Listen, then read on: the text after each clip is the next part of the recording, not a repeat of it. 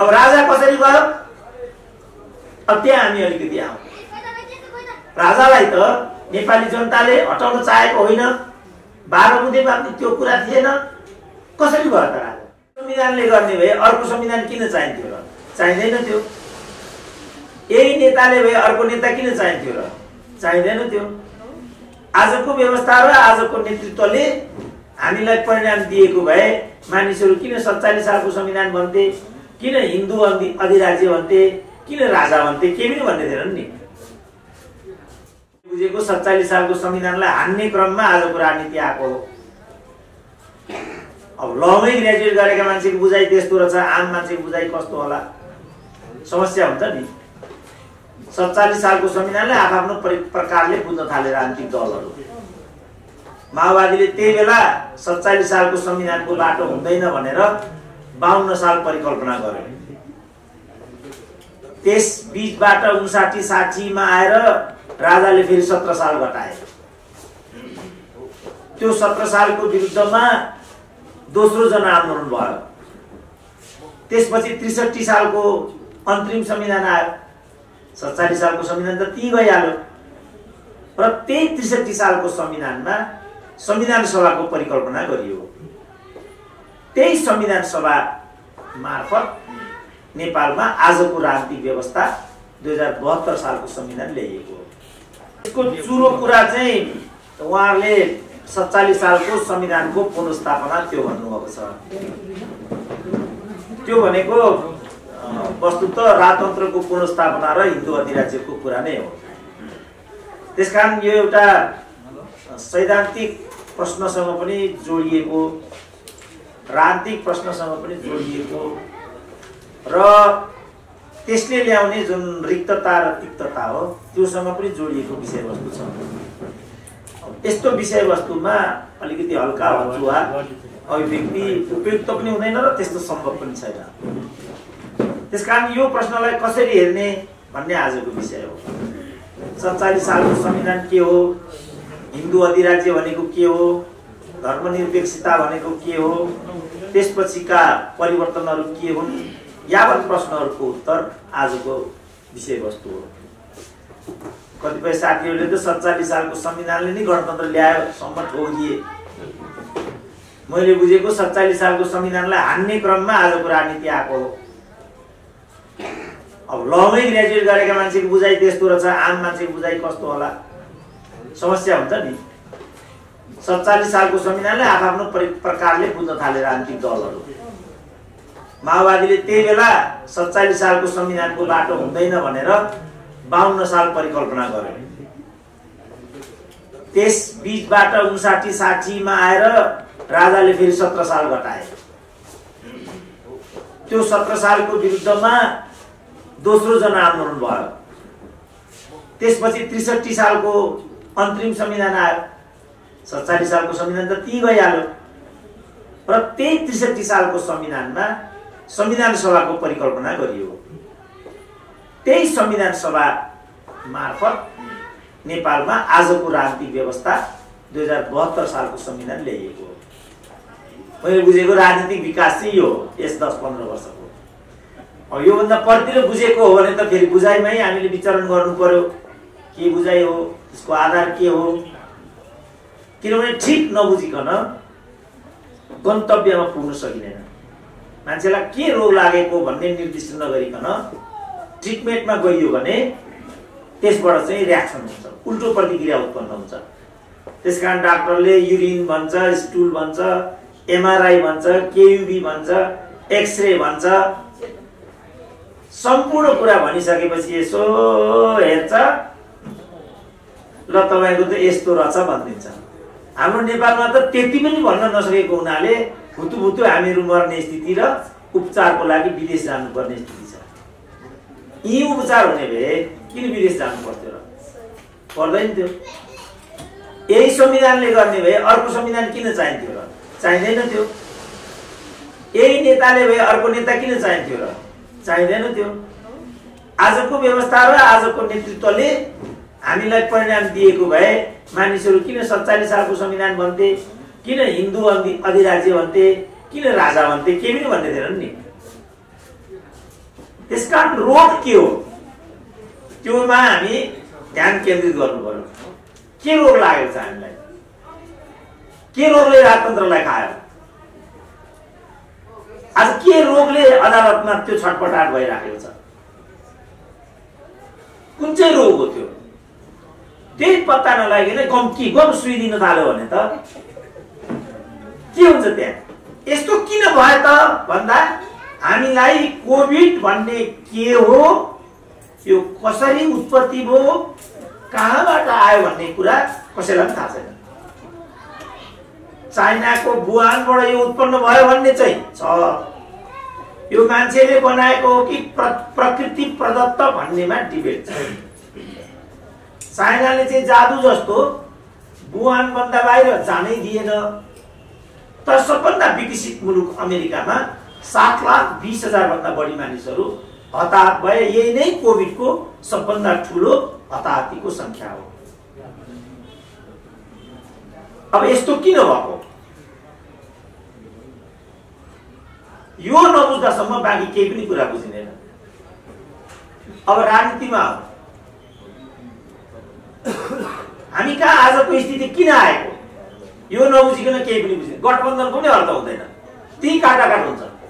मञ्चमा हल्ला गर्नु हुँदैन भन्ने त थाहा छैन, के गठबन्धन गर्छन् यस्ताले भन्यो भने रिसाइहाल्छ। हजुर त्यस्तो छ।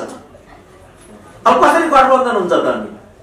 अनुशासन चाहिन्छ, समयमा आउनुपर्छ, निर्दिष्ट समयमा बोल्नुपर्छ, त्यो नै थाहा छैन हामीलाई। अनि कसरी हामी केही कुरा गर्न सक्छौँ त भनेको नि। राजाले कति मुस्किलबाट यो देश बनाएको थियो। पृथ्वीनारायण शाह जम्मा 52 वर्ष बाँचेका, 52 मा 32 वर्ष त उनी मैदानमै थिए। दोस्रो किर्तिपुरको युद्ध, पहिलो किर्तिपुरको युद्धमा एउटाले प्रधानमन्त्री मरिसक्यो कालु पाण्डे लड्दा लड्दै, एउटाले आएर पृथ्वीनारायण शाहलाई हान्न आँटेको। स्थानीय एउटाले जनताले के भन्ने भनेदेखि राजालाई त राजाले पो हान्ने हो त, राजालाई रैतीले हान्नुहुन्छ भनेपछि त्यो मान्छे अलमल्यो हान्न आँटेको बाबु कि क्या हो भन्ने भयो। त्यो बेलासम्ममा गोर्खाली सेनाले पृथ्वीनारायण शाहलाई त्यहाँबाट भगाइसकेको हुनाले बाल पृथ्वीनारायण शाह बचे। त्यो भएको हुनाले यो देश बन्यो। अब अहिले यो देशको कुरा गर्यो भने मान्छे ठट्टा जस्तो सम्झिन्छन्, हाँस्छन्। बडा मुस्किलले बनाएको देश हो नि त यो। त्यसपछि पनि अनेक कठिनतम सङ्घर्षहरू भए, युद्धहरू भए र आजको देशको प्रारूप बन्यो। तर त्यो बेला हाम्रो आर्थिक सामाजिक अवस्था जस्तो हो मूलभूत रूपमा अहिले पनि हाम्रो आर्थिक सामाजिक अवस्था त्यही छ। म भर्खर हुम्ला पुगेर आएँ। हुम्ला जुम्लाको जनता अहिले पनि पृथ्वीनारायण शाहको पालामा जस्तो हो त्यस्तै छ। जनयुद्ध त भयो नि रोल्पामा भएन। बन्दुक चलाउन सिकाइयो, गोला बारुद बनाउन सिकाइयो, तर जाजरकोटमा हैजा भयो। नुन र चिनी पानी कसरी खाने भन्ने कुरा, त्यो कसरी बनाउने भन्ने कुरा जाजरकोटको जनतालाई थाहा नभएर ठुलो हताहती भयो त्यहाँ। अहिले अमेरिकामा पनि इभन ठुलो हताहतीको संख्या किन भइरहेको छ भने मानिसहरू भ्याक्सिन लाउन मानिराखेका छन् अहिले पनि। त्यसकारण यो वास्तविकतालाई नबुझिकन कुनै उपचार हुन सक्दैन। केही गरेर पनि केही हुँदैन। अब राजा कसरी गयो, अब त्यहाँ हामी अलिकति आउँ। राजालाई त नेपाली जनताले हटाउन चाहेको होइन, 12 बुँदेमा पनि त्यो कुरा थिएन। कसरी गयो त राजा? मैले सुनेको थिएँ आज कार्यक्रममा दिपक गेवाली पनि आउनुहुन्छ अरे भनेर। दिपक गेवाली राजाको मन्त्री हुनुहुन्थ्यो क्या होइन? र उहाँलाई नै म सोधौँला भन्दै थिएँ भनेर आएको म आज। नत्र उहाँका धेरै कार्यक्रम भए प्राय म आएको छैन। किन त्यो राजनीतिक कार्यक्रम हुन्छ, राजनीतिक कार्यक्रममा हामीहरू बिटुलिन चाहँदैनौँ। किन उल्टो पाल्टो पारिदिन्छन्। एउटा यो मस्टो भन्नेवालाको कार्यक्रम थियो, म त्यहाँ गएको त त्यहाँबाट मलाई आफूलाई प्रशोधन गर्न 1 वर्ष लाग्यो। त्यो कार्यक्रम नै सुरेन्द्र केसीले गरिदिएको हो भनिदिए फेनेटिक्सहरूले। अब यहाँ पनि म आएँ, यो कार्यक्रम नै सुरेन्द्र केसीले गरिदिएको भन्छन्, फेरि अर्को 2 वर्ष लाग्छ मलाई यसबाट प्रष्ट हुन। त्यसकारण राजनीतिक कार्यक्रममा हाम्रो चित्त उति खुल्दैन। राजनीतिक बाटोबाट जान्छ, बौद्धिक बाटोबाट जान्छ र जानुपर्छ। मिडियाले मिडियाको जस्तो काम गर्नुपर्छ, भाइरल बनाएर व्यवस्था बाँध्ने होइन। त्यस्तो गरियो भने मिडियाको पनि अवसान हुन्छ। जसरी हामीलाई सङ्कट परेको छ त्यो काम हामी कसैले गर्नु हुँदैन, तर त्यो यहाँ भइरहेको हुन्छ। त्यसकारण म दिपज्ञहरूलाई सोध्नेमा थिएँ, तपाईँहरूले के त्यस्तो कर्म गर्नुभयो जसले गर्दा राजतन्त्र गयो? के कर्म गर्नुभयो त्यहाँ? राजालाई पनि भेटेँ मैले 1 वर्ष अगाडि। राजालाई भेटेको 1 वर्ष मलाई दरबारिया भनेर नखेटे, त्यो कुराबाट मुक्त हुन पनि मलाई अर्को 1 वर्ष लाग्यो। राजालाई भेट्दैमा दरबारिया भइँदैन, मस्टोको कार्यक्रममा जाँदैमा झाँक्री भइँदैन, पत्रकारको कार्यक्रममा जाँदैमा पत्रकार भइँदैन। अब यति त हामीलाई थाहा छैन। अनि कसरी हामी समाज बदल्न सक्छौँ त?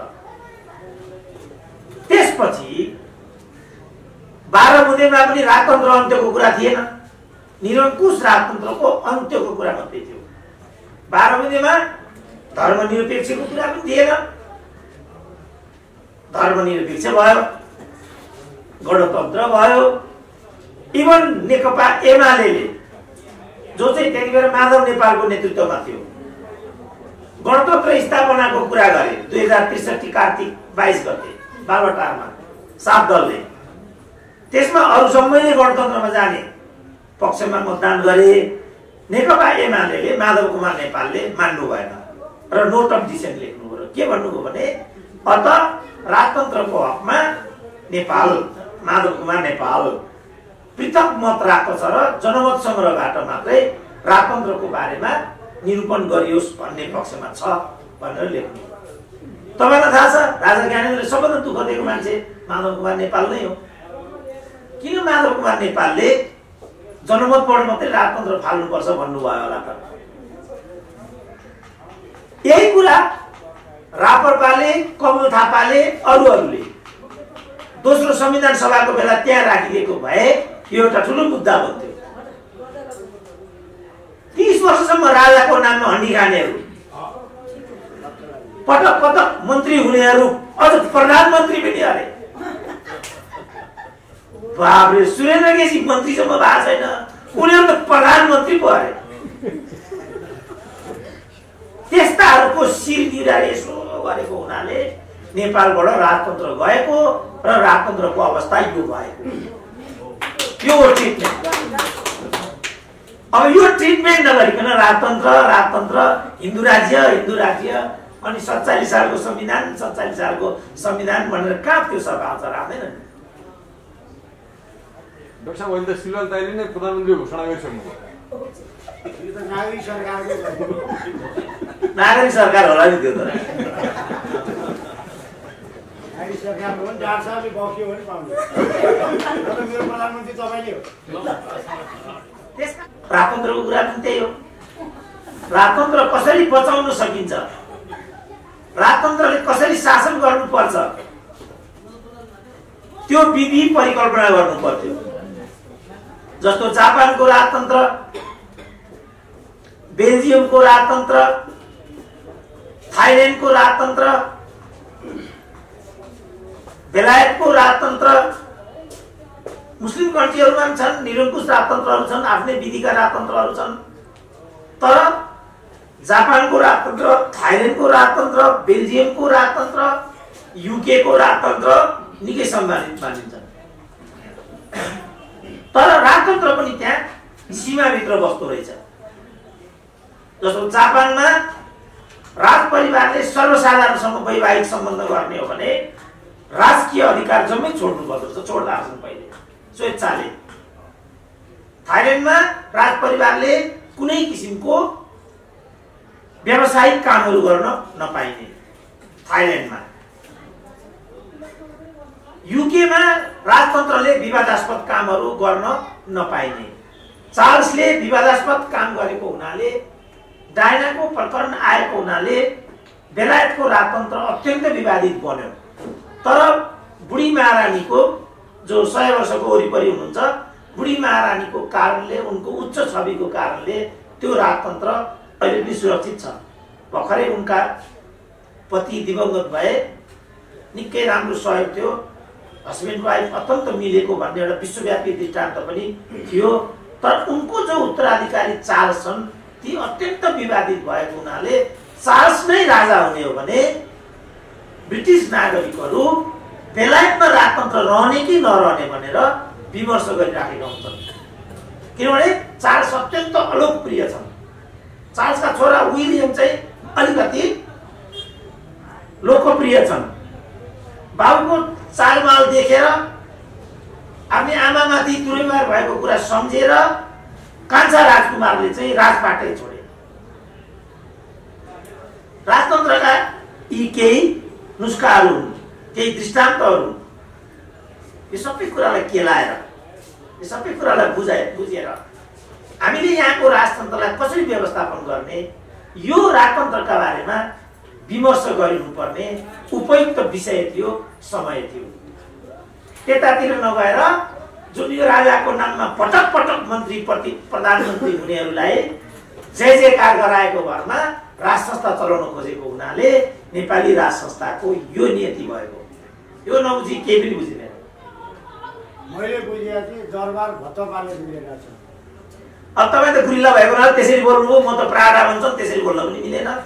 सैद्धान्तिक व्याख्या गर्नुपर्छ। मैले सैद्धान्तिक व्याख्या के त भन्दा, जस्तो म एकचोटि युकेमा थिएँ, त्यहाँ राजकुमारी एन भनेको अरे उनी हिँड्दा हिँड्दै उनको कुकुरले एउटा सार्वजनिक मान्छेलाई टोकिदिएछ। अब हंगामा भयो, राजकुमारीको कुकुरले पब्लिकलाई टोकिदियो भनेर राजकुमारीले थाइल्यान्डको 10 वर्ष अगाडि त्यस्तै भएको राज परिवारको एउटा सदस्यले, उनी पनि राजकुमारी नै थिइन्, उनले चाहिँ व्यवसाय गरेको भनेर एउटा टिप्पणी आयो सार्वजनिक रूपमा। अहिले नवराज सिलवाल, नवराज सुवेदी पञ्चायतकालका लामो अवधिसम्म मन्त्री भएका हुन्। तिनको एउटा किताब पढ्दैछु, इतिहासको एउटा कालखण्ड भन्ने। हिजो मात्रै हाम्रो सिलवाल जिल्ला भेट्न गएको पाटनमा त्यही पुस्तक पसलबाट त्यो किताब यसो हेरेको, त्यो पुस्तक रहेछ म लिएर आएँ। त्यहाँ म पढ्दै थिएँ। अन्तरङ्ग राज परिवारभित्र राजा महेन्द्रले दिने निर्देशनहरू, राज परिवारका सदस्यहरूको दुष्चरित्र, तिनले दिने दबाब, धम्की, त्यसबाट कसरी बच्ने, राजा महेन्द्रको त्यसमा के अभिप्राय हुन्थ्यो, यावत कुराहरू सविस्तारमा त्यो किताबमा लेखेको मैले पढेँ। र राजाले महेन्द्रले त्यसमा के भनेको रहेछ भनेदेखि, जस्तो सुकै दबाब आए पनि, जे भए पनि त्यो राज परिवार भनेर राज परिवारका सदस्यहरूले फाइदा लिन खोज्ने यावत कुराहरू अगाडि तिमी कहिले पनि नसोच्नु। महेन्द्रले यो भनेको रहेछ। एकदमै चर्को दबाब आउने, त्यसमा ज्ञानेन्द्रको पनि नाम छ। चर्को दबाब दिने मध्येमा ज्ञानेन्द्रको नाम पनि छ, त्यहाँ एउटा नाम। पछि वीरेन्द्रको पालामा यस्तो हुन नसकेको हुनाले राज संस्था गएको हो भन्ने त्यो किताबको निष्कर्ष छ। यस्तो किन भयो त? के कारणले यस्तो भएको? त्यसकारण मैले ज्ञानेन्द्रसँग भेट्दा भनेको थिएँ, सरकार हजुरको लागि सबभन्दा सुरक्षित अवस्था यो छ। किनभने जब फेरि राजा राजा हुन्छ, राजाले आफ्नो शासन राजपाट गर्नको लागि जुन पात्र र प्रवृत्तिलाई अगाडि बढाउँछन्, उनीहरूले त्यो कुरा इतिहासबाट सिक्दैनन् भन्ने कुरा घटनाले पुष्टि गरेको छ। त्यसपछि जुन अहिले यो दल भने 7 दल इत्यादि भन्ने छ, यो बारमा जुन सङ्घर्ष गरिराखेका कानुन व्यवसायीहरू छन्, पत्रकारहरू जो छन्, बौद्धिकहरू, नागरिक समाज जो छ, तिनीहरू फेरि एक गठ हुन्छन् र कथा दोहोऱ्याउँछन्। त्यसपछि कस्तो परिदृश्य अगाडि आउँछ होला त? किन मैले त्यो भनेको भने यो देश हामीले बनाएको होइन, राजाहरूले बनाएको हो। यसबापत उनीहरूलाई उचित दण्ड दिनु एउटा कुरा हो, सीमा नागेर दण्ड दिनु अनुचित हुन्छ। जस्तो अहिले प्रधान न्यायाधीशकै कुरा आयो नि, हाम्रो प्रेम कैदीले एउटा भाषामा भन्नुभयो, प्रकाशजीले अर्को भाषामा भन्नुभयो। मैले उहाँले यसरी बोल्नुभन्दा पनि 3 वर्ष अगाडि चोलेन्द्र शमशेर गलत न्यायाधीश हुन्छन्, यो गलत भएको छ भनेको थिएँ। तर प्रधान न्यायाधीश भइसकेपछि सिद्धियो नि कुरा। अब फर्केर चोलेन्द्र गलत भन्नुको के अर्थ हुन्छ? अब त विधिको शासन भनेको त्यही हो। प्रतिष्ठापूर्ण तरिकाले उहाँलाई बहिर्गमनको व्यवस्था नगर्ने हो भने सर्वोच्च अदालत विवादित बन्छ। भोलिका न्यायाधीशहरूको पनि चर्को आलोचना हुन्छ र त्यो त्रिभुवन विश्वविद्यालय जस्तो हुन्छ, नेपाल प्रहरी जस्तो हुन्छ। अब अहिले नेपाल प्रहरीमा किन राजनीतिक रूपमा यति गिजोले त्यहाँ त्यो नेपाल प्रहरीलाई अहिले लेटेस्ट मैले के सुने भने प्रहरी महानिरीक्षक बाहिर जानु भएको छ अरे। निमित्तमा उहाँले सेकेन्ड म्यानलाई दिनुपर्ने थर्डलाई दिनुभयो। चेन अफ कमान्ड बिग्रियो भनेर सेकेन्ड चाहिँ निराश भएर बिदामा बस्यो। अब के हुन्छ त नेपाल प्रहरीको चेन अफ कमान्ड के हुन्छ? अब त्रिभुवन विश्वविद्यालयले यसरी समाप्त बनाए, कूटनीतिलाई यिनीहरूले यसरी समाप्त बनाए, राजनीति त समाप्त भएकै थियो। उनीहरू हान्दै न्यायालय बैठाउन आए। खुदा नखास्ता मेरो चोले सबसे चिन्जान पनि छैन, नाता गोता पनि पर्दैन। म भारी बोक्ने पहाडको कहाँको लिम्बुवानको केटो, यिनीहरू यहाँका राजाका सन्धिहरू नि यिनीहरू फेरि टाउको यत्रो भएन। त्यस्ता मैले भने खबरदार चोलेर सोचेर चलाउला है केटा, किनभने यो देशको प्रधान न्यायाधीश हो। हिजो चलाउनु पर्ने बेला चाहिँ जुत्ता बोकेर हिँडिस, अब अहिले पुलिस लगाउने बेला चाहिँ जुत्ताले हान्छु भन्छ, यो मिल्दैन। धर्मको विपरीत हुन्छ यो। 8 महिनालाई खान्देऊ, त्यसपछि तिमीहरू आफ्नो शक्ति बनाए पनि बनाऊ, जहीँ बनाए पनि बनाऊ, किन अर्को त हुँदैन यहाँ। तर यो जो परिपाटी हामीले निर्माण गरेका छौँ त्यसपछि आजको स्थिति आएको छ। यसमा हामीहरू हिम्मत गर्ने हो त, लड्ने हो त यसको विरुद्धमा छ याउ नेपालीमा यो मैले त दिएको छैन। छ के लड्ने हो, अब नेपाली नै हो नि लड्ने छ। होइन लडेको भनेको त फेरि परिणाम हुने गरी लड्नु पर्यो, लडेको भनेको हार्ने गरी लडेर अगाडि दुईटा जात खुल्ला लड्नु के अर्थ हुँदैन। माओवादी लडे जस्तो लड्ने भने केही हुँदैन। माओवादी कति लड्यो त? के भयो त? 17,000 मान्छे मरे मात्रै, के भयो त? अघि कुरा आयो, के भयो त? केही हुनु भनेको रोजगारी हुनु हो, उद्योग खोल्नु हो, अनुशासन बढ्नु। मैले कति भने त? नेपाली भन्ने त लज्जाले चुल्लुमा पानी चुलोइ जुन बाटो तपाईँहरू आउनुको कस्तो छ त्यो भन्नु त। यो भ्रिकुटी मण्डप परिसरको मात्रै महिनाको केही नभए 10 लाखको इन्कम होला। ल हेर त, यिनीहरू जिउँदा मान्छे बस्ने ठाउँ हो त, जिउँदा मान्छे आउने ठाउँ हो यो। 35 लाख जुन परिसरको इन्कम छ त्यसको बाटो यस्तो हुनुपर्ने? कुनै मान्छे हिँड्ने ठाउँ, मान्छे बस्ने ठाउँ हो यो? म त यिनीहरूलाई मान्छे ठान्दिनँ, जे त गर्ला म ठान्दिनँ। त्यसकारण मैले अघिल्लोचोटि भनेको थिएँ, पैसा छैन भने 7 लाख रुपियाँ म गोजीबाट दिन्छु, तर यो पिच बनाऊ न केटा हो। अन्तर्राष्ट्रिय पाहुना आउलान्, जोली कमरेड आउलान्, सीताराम येचुरी, हाम्रो त केही इज्जत छैन मैले भने, तर कमरेड येचुरीको त ठुलो इज्जत छ नि त। त्यस्ता आउने न, यो यति भने होइन, न कसैलाई छुन्छ न कसै मतलबै छैन, सब थाहा छ, जनजनलाई थाहा भइसक्यो। यस्तो किन त भन्ने प्रश्न हो। यस्तो किन भएको? यो दिन आउनमा राजतन्त्र स्वयंको जिम्मेवारी कति थियो? कमल थापाहरू यसको लागि कति जिम्मेवार?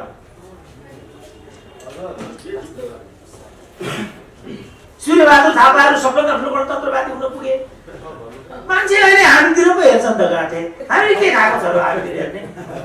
हामी त पसिना लगाएको छ, पेट पाले त्यति न हो।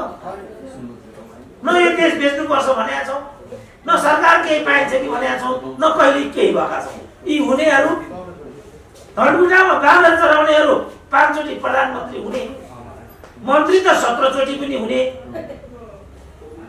उही त्यति बेर हेमबहादुर मल्ललाई भेट्न गएको अरे एउटा पञ्च हाम्रो मधेसको मान्यज्यू चिया ल्याउनु यहाँ साथीहरू आए भन्थे मा को रहेछ भनेको त हेमबहादुरकै बाबामा श्रीमतीलाई मान्ने बनाएको नि त धनुषाका जनताले भोट हालेको राजा टिको लाग्यो नि होइन सँगै बुझ्यो ओरिजिनल कार्यकर्ता मान्यो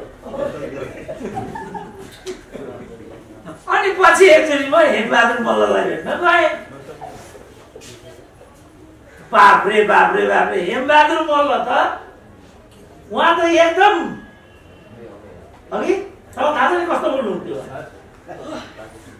त्यसपछि आजको दिन आएको छ म त इतिहासको विद्यार्थी हुँ सबै मलाई सामग्री चाहिन्छ सूचना चाहिन्छ तर त्यसलाई म चाहिँ एउटा सैद्धान्तिकरण गरेर व्याख्या गरिदिने मेरो यो एउटा धर्म छ भनौँ न इतिहासको विद्यार्थीको धर्म सबैले आफ्नो धर्म यहाँ त धर्म पनि पालन गर्दैन ठाडो टिको लगाउँछन् रामनामी पोइम लुगा लगाउँछन् राम्ररी भट्टीमा जान्छन् अनि दिउँसो आएर हिन्दू राज्य हुनुपर्छ भन्छन् अनि त्यसरी हुन्छ हिन्दू राज्य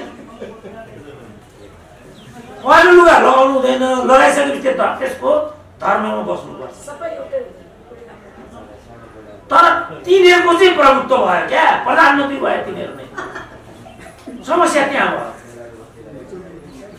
अब पशुपति विकास कोषको सदस्य सचिव को हुन्छ हामी हुन्छौँ र पशुपतिमा पिएचडी गर्नेहरू छन् हाम्रो प्रधानमन्त्री आउनु फेरि प्रधानमन्त्री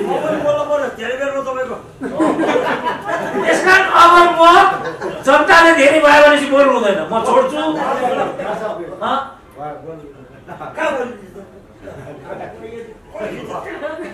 त्यो भएको हुनाले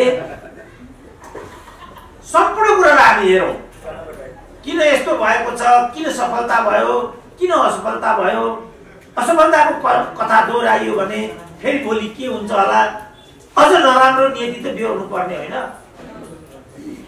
त्यो सबै आकलन गरेर उहाँहरूको कार्यक्रम भएको हुनाले उहाँहरूलाई मेरो के भन्नु छ भने तपाईहरु यो आकलन गरेर मात्रै अगाडि बढ्नु होला यो आकलन नगरिकन अगाडि बढ्नु हो भने फेरि ती झगडा गर्न थाल्नु होला नेपालीको बानी के हुन्छ भने पहिला को बोल्ने सभापति को हुने म बोल्न पाउने कि नपाउने भन्नेमै झगडा हुन्छ सम्बोधन गर्दा मलाई श्रीमान भन्नियो कि भन्निएन भन्नियो भने किन भन्नियो अब यस्तो कुरामा झगडा गर्न थालेपछि त गठबन्धन कायम जाँदैन त्यही भएर शेरबहादुरलाई सरकार विस्तार गर्न 88 दिन लागेको भएको त्यही हो नि बल्ल बल्ल बल्ल बल्ल बनाए थुत्रुकै अगाडि भोलिपट्टि दाँत अगाडिपट्टिको उस्किहाल्यो अब यो खालको सरकार विस्तार यो खालको गठबन्धन यो खालको क्रान्ति यो खालको आन्दोलन अर्को एउटा क्षय हुने कुरा मात्रै हुन्छ त्यसकारण कम क्षय कसरी हुन सक्छ विषयलाई कसरी परिणाममा पुर्याउन सकिन्छ त्यसमा बढीभन्दा बढी जनतालाई कसरी जोड्न सकिन्छ आजभोलिका युवाहरूलाई त्यसमा कसरी आबद्ध बनाउन सकिन्छ कसरी उनीहरू त्यसमा आबद्धता जनाउन चाहन्छन् किन जे परिवर्तन अहिले आइरहेछ त्यो त्यसै आएको त होइन कोही जेल गएका छन् कोही नेल गएका छन् कति परिवारमा 5 जना मरेका छन् बिचारा मधेसै आन्दोलनमा यो भएको छ माओवादी आन्दोलनमा यो भएको छ पत्रकारहरू कति गएका छन् जिउँदै गाडिएका छन् तब न पत्रकारहरूले आजको सुविधा भोग गरेका छन् त्यसै त आछ नै हो त्यसकारण यो पनि त्यसै प्राप्त हुने मार्ग होइन तपाईहरुको मार्ग एकदम कठिन छ यो कठिन मार्गमा तपाईहरुलाई सफलता त मिलोस् मेरो शुभकामना छ तर निराश हुने चाहिँ निराश नहुनु होला तपाईहरुलाई सफलता मिलोस् मौका दिनुभयो यति बोल्न पाएँ धन्यवाद ज्ञापन गर्न चाहन्छु र विश्राम लिन्छु।